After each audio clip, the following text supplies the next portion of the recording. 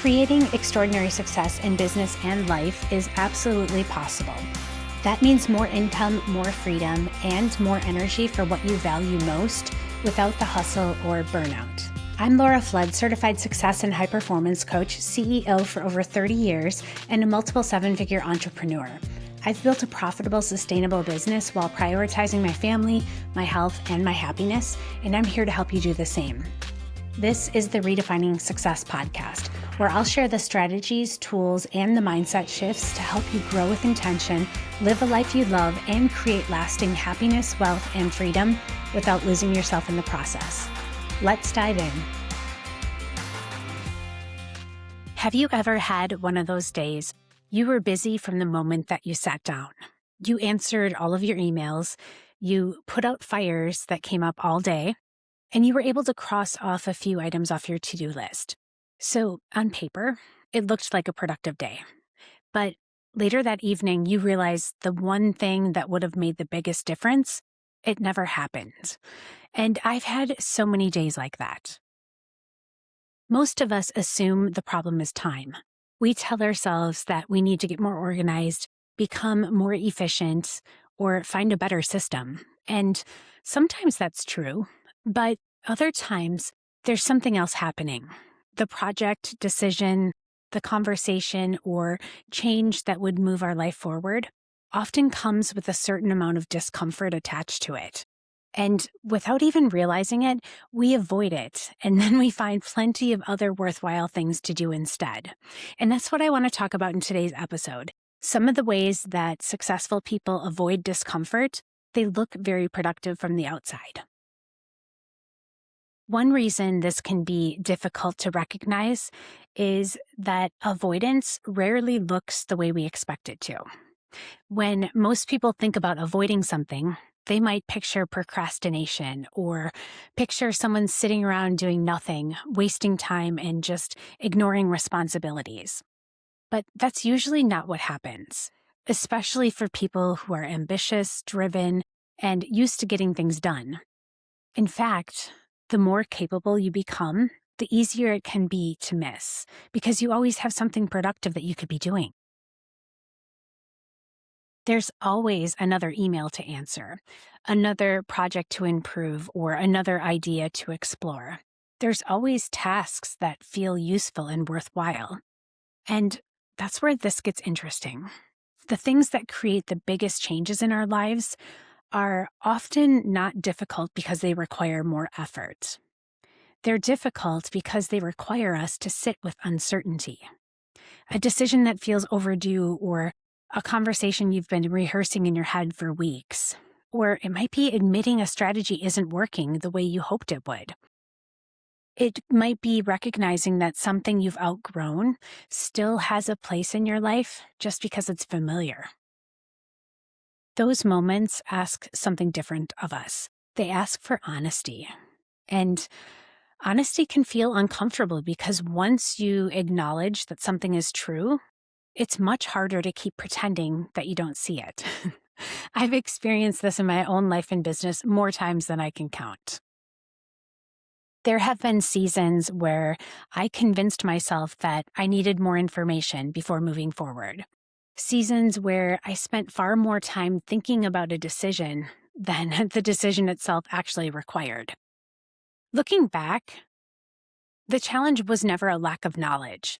The challenge was making the decision meant letting go of other options.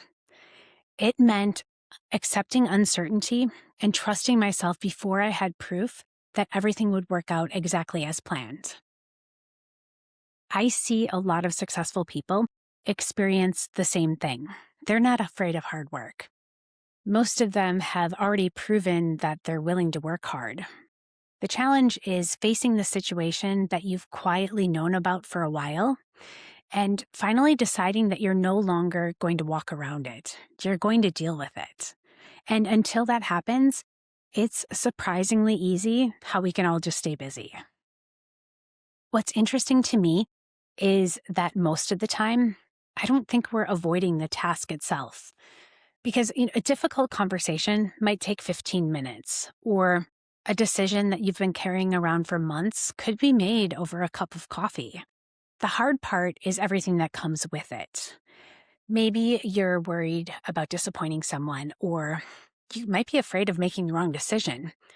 Part of you might already know what needs to happen, and you're just not really excited about it. I've definitely done this in my own life and business. There have been so many times where I convinced myself that I needed more information before I could move forward, more research or more time to think about it. And I can laugh about it now, but there were situations where I spent weeks thinking about a decision, and it took less than 10 minutes to make once I finally sat down and addressed it. In my mind, it had become this massive thing. Then I'd deal with it and I would think, well, that wasn't nearly as difficult as I made it out to be. I think successful people do this all of the time. We tell ourselves we're being thoughtful and strategic, and sometimes that's true, but other times we're conducting what feels like a full scale investigation into a decision that we've already made in our heads. We're gathering evidence, reviewing options, and looking at every possible angle. But if someone asked us what we really think we should do, we'd probably have an answer ready before they even finish the question. The reality is that many of the decisions that matter, most of them don't come with certainty. You don't get a crystal ball or a guarantee on how everything will work out. At some point, all you can do is make the best decision you can with the information that you have and trust yourself enough to move forward. That can feel uncomfortable, and when something feels uncomfortable, it's amazing how easy it can be to distract ourselves with all of these other tasks. You can convince yourself that reorganizing files, tweaking a process, or answering 27 emails is the highest priority on your list. But meanwhile, the thing that you've been carrying around for weeks is still sitting there waiting for your attention. I've found that some of the biggest turning points in life happen when we finally stop avoiding something and just decide to deal with it. Once we decide the conversation still needs to happen or things need to move forward, and that uncertainty is often still there. But once we decide, we're no longer spending our energy avoiding it. And that's often where the real momentum starts. As I've been thinking about this, I don't think the challenge is that we don't know these things are there, lingering in the background. Most of us do. If I asked you what you've been putting off, you would probably be able to answer pretty quickly. You wouldn't need a worksheet or for me to do a coaching exercise with you. You would just know. And the interesting part is how quickly we learn to live with it. Something sits in the back of our mind long enough, and eventually it just becomes part of the scenery. We get used to thinking about it and carrying it with us everywhere. We tell ourselves that we'll deal with it when things settle down a little. Of course, life has a funny way of never really slowing down. There's always another project or a looming deadline, another responsibility competing for our attention. And before long, months have passed and we're still carrying the same thing around. I've caught myself doing this too. Eventually, when I finally address whatever's been taking up space in the background, my first thought is usually, why did I spend so much time worrying about that? And, the situation still may be messy or the outcome may not be exactly what I hope for, but I'm no longer spending energy carrying it around all day. That's why I think these things matter more than we realize. They quietly take up space. You think about them when you're driving, or they show up when you're trying to focus on something else, and they follow you into the moments that have nothing to do with the situation itself. Over time, they create a weight that becomes so familiar, we just stop noticing that it's there. And I wonder how many people are carrying things that they could have put down months ago if they had simply trusted themselves enough to deal with them. What makes this especially challenging for successful people is that we can be incredibly productive when we're avoiding something. In fact, the more capable you are, the easier it becomes. You can fill an entire day with worthwhile work and still never touch the thing that has been sitting in the back of your mind. I've seen this happen with business owners for years. Someone tells me that they're overwhelmed and they can't figure out why they're feeling so much pressure. And as we start talking, it becomes clear that there's an issue that they've been avoiding for a long time. It might be a role that they've outgrown or a decision that they delayed. It might be a situation that they've been hoping will somehow resolve itself. And at the same time, they're working hard. They're showing up every day and doing good work. And that's what makes it difficult to recognize, because from the outside, everything looks fine. I think many successful people assume avoidance looks like procrastination, just sitting around wasting time or ignoring responsibilities. But most of the time, it doesn't look anything like that at all. It looks like staying busy or finding 10 other important things to focus on while the issue that still needs your attention continues quietly waiting in the background. The irony is, the longer we avoid it, the more mental space it tends to occupy. A decision that could have been made months ago starts showing up everywhere. And attention is much harder to recover when something has been living rent-free in your mind for months. That's why I think some of the most valuable work that we can do isn't adding something new. Sometimes it's finally addressing what has been quietly asking for our attention all along. As I was preparing for this episode, I started thinking about all of the ways we justify putting things off. We can be so creative when it comes to this. I know I am. We tell ourselves we need a little more time, or we convince ourselves that next month we'll be less busy, or after this project wraps up, we'll finally have the bandwidth, or we'll just deal with it when we get through the season. The funny part is, there's always a season. I've been in business for more than 30 years. And I have yet to arrive at that magical point where everything is finished and there are no new responsibilities waiting around the corner. Life just doesn't work that way. What I've found is that the things that deserve our attention, they tend to keep showing up until we acknowledge them. They come back around in different ways. A conversation that you don't want to have starts affecting other relationships, or a decision that you've been avoiding begins influencing choices that have nothing to do with the original issue.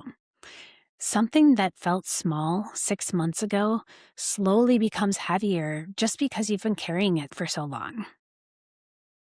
That's why self-awareness matters here. Not to judge ourselves, but just so we can notice. Maybe the pressure you're feeling isn't coming from everything on your calendar. Part of it might be coming from something that you've known needs attention for a while, something that you've been carrying long enough that now feels normal. And if that's the case, the question isn't whether you can keep managing it, because most successful people can. The better question is whether you still need to. So if this conversation has resonated with you, here's what I'd like you to do. Take a few minutes sometime this week and ask yourself a simple question. What have I been holding on to that no longer needs my attention? And give yourself permission to keep it simple. Usually the first thing that comes to mind is worth paying attention to. Maybe it's a decision or a conversation that you need to have, or it could be a commitment that you've outgrown, or a situation that you've been hoping would just change on its own. Whatever it is, I want you to resist the temptation to immediately try to solve the entire problem, because a lot of people get stuck there. They think that if they can't resolve everything today, there's no point in starting. But that's not true. Instead, I want you to ask yourself what the next step looks like.